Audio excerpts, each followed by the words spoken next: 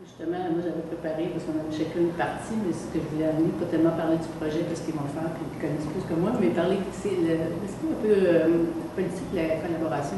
Justement, dans le sens de de créer les conditions pour faire entendre toutes les voix.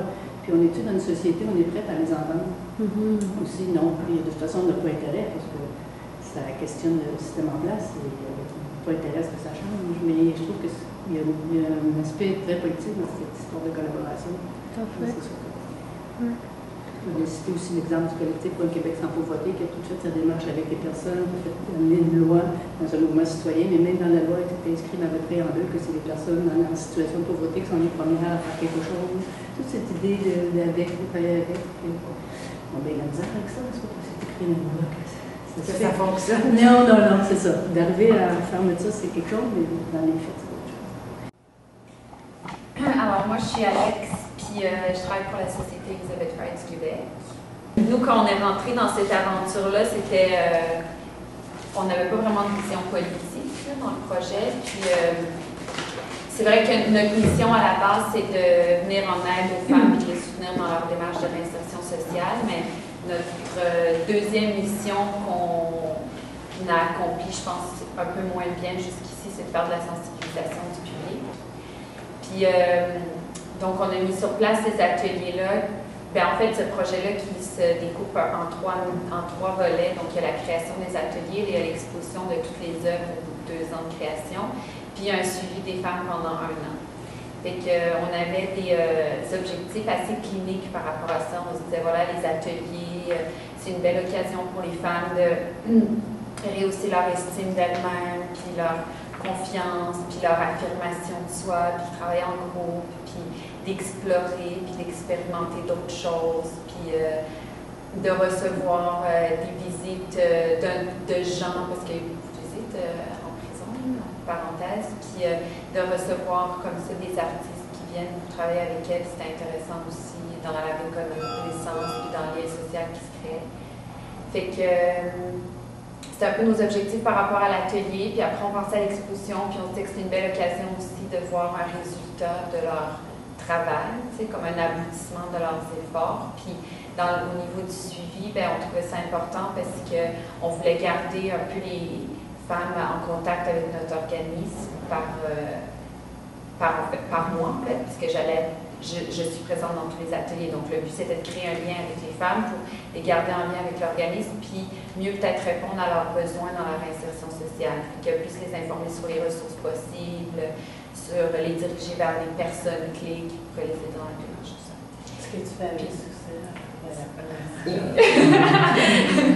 C'est sûr que bon, ces objectifs-là sont restés, mais ce qu'on s'est rendu compte avec le temps, c'est que c'était un super outil, ce projet-là, pour nous à utiliser pour la sensibilisation du public. Fait que tranquillement, puis bon, théoriquement, on a plus envisagé ça quand on est rentré en contact avec Engrenage Noir, puis quand Engrenage Noir sont venus un peu plus avec leur côté militant, puis une ouverture sociopolitique, puis une vision sociopolitique du projet. Donc, oui, on a adhéré à ça, mais je dirais qu'on l'a vraiment intégré dans notre travail à travers l'évolution des ateliers. Puis, je dirais que maintenant, les ateliers, on les présente plus aux femmes comme étant un moyen pour elles de revendiquer certaines choses à l'intérieur, quand c'est difficile pour elles, vu qu'elles sont dans un contexte assez répressif.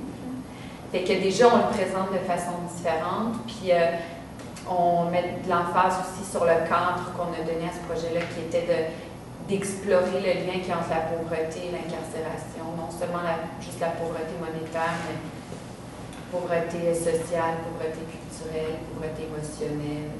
Donc, le lien qui existe entre pourquoi les femmes se retrouvent incarcérées, donc la pauvreté qui les amène à être incarcérées, comment l'incarcération contribue à empirer leur situation de pauvreté. Donc, empire leur réseau social, empire leur lien avec leur famille, empire leurs ressources monétaires.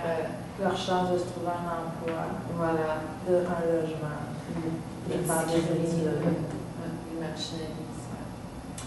Fait que c'est ça que je trouve qui est intéressant maintenant après 1 an de travail, de regarder un peu comment notre vision puis notre travail un peu évolue là-dedans, puis Je trouve que ça crée un peu, si je pourrais dire, un département à l'intérieur de la Société Elizabeth Wright qui s'occupe plus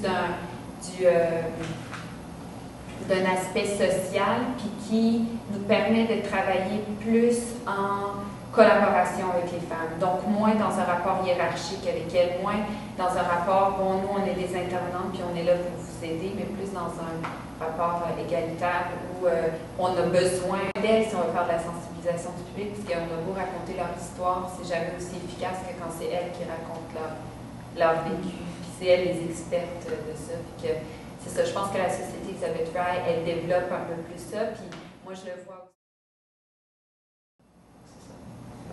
Ça, c'est arrivé au moment où on avait quelques années d'expérience. On avait fait un bilan, c'est-à-dire, au lieu de s'éparpiller dans toutes sortes de thématiques, on voulait focuser sur une en particulier qui, quand on disait lutte à la pauvreté, on connaît mieux appelé saine interdépendance. On s'est voulu travailler plus artistes qui vont voir des organismes. On va plus travailler entre organismes artistiques et un autre organisme communautaire pour essayer de développer des projets qui sont peut-être plus durables, parce qu'il y avait un petit peu ça aussi, il y a des fois quand les projets finissaient, l'artiste s'en va, l'organisme ne prend pas nécessairement ça, puis ça tombe à plat, puis les participants se retrouvent avec parfois voulu finir, continuer, je veux dire, puis donc, il y avait un petit peu de ça aussi. Puis il y a des organismes qui travaillaient dans cette thématique-là pour voir comment un projet d'art peut aider ce qu'ils font. Alors on avait déjà cette idée, c'était une idée, quand c'est arrivé. Puis je me dis, ah ben voilà une occasion, puis ça démontre que quand un organisme veut, met les ressources qu'il faut, assure un suivi, comment il y a des résultats autres.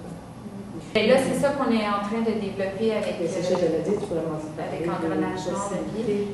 Fait que le Ville, ils ont loué un local à côté de leur bureau, puis un espace ouvert. Puis là, ce qui se passe, c'est qu'on est en train de mettre en place... en fait, il y a 2 artistes qui participent au projet Agir par l'imaginaire qui veulent former un groupe pour faire de l'art communautaire autogéré. Fait que Engrenage Nord nous fournit ce local et un budget pour cette initiative-là. Fait que les anciennes participantes d'Agir par l'imaginaire, dont Geneviève, vont se réunir, elles vont former un groupe, puis elles vont avoir un financement pour pouvoir continuer à faire des projets. C'est sûr que l'idéal, ce serait de pouvoir garder Agir par l'imaginaire en milieu carcéral, puis que les filles qui sortent puissent avoir l'occasion de s'intégrer. Fait que nous, je pense que notre mission, notre job à la Société Elizabeth Wright, ça va être de se battre pour pouvoir garder ça en prison. Ça démontre que c'est essentiel. Ouais. À partir du moment où on reconnaît que c'est essentiel, les ressources peuvent venir. Ben, ça fait partie souvent, il y a des gens qui ont tendance à penser que l'art, c'est moins important que de nourrir ou de loger et tout, mais moi, je pense que ça fait partie d'un contexte global, d'une certaine qualité de vie. T'sais, oui, tu as besoin de te nourrir, de te loger, mais tu as besoin de plus en tant qu'être humain. L'art, c'est une façon de ne pas être vide à l'intérieur. Puis, en tout cas, moi, je pense que c'est aussi important que d'avoir des amis, que d'avoir des loisirs, que de travailler. Puis, souvent, c'est ça qu'il faut faire comprendre à ceux en haut qui tirent les ficelles et qui donnent l'argent. Puis on ne peut pas les blâmer aussi de penser en premier à loger puis nourrir ceux dans le besoin, mais c'est parce qu'un coup que tu les as logés puis que tu les as nourris, tu fais quoi avec ce monde-là? Tu les entretiens pendant combien de temps avant qu'ils découvrent qu'ils ont un intérêt pour d'autres choses puis qu'ils veulent bouger puis réaliser des trucs par eux-mêmes?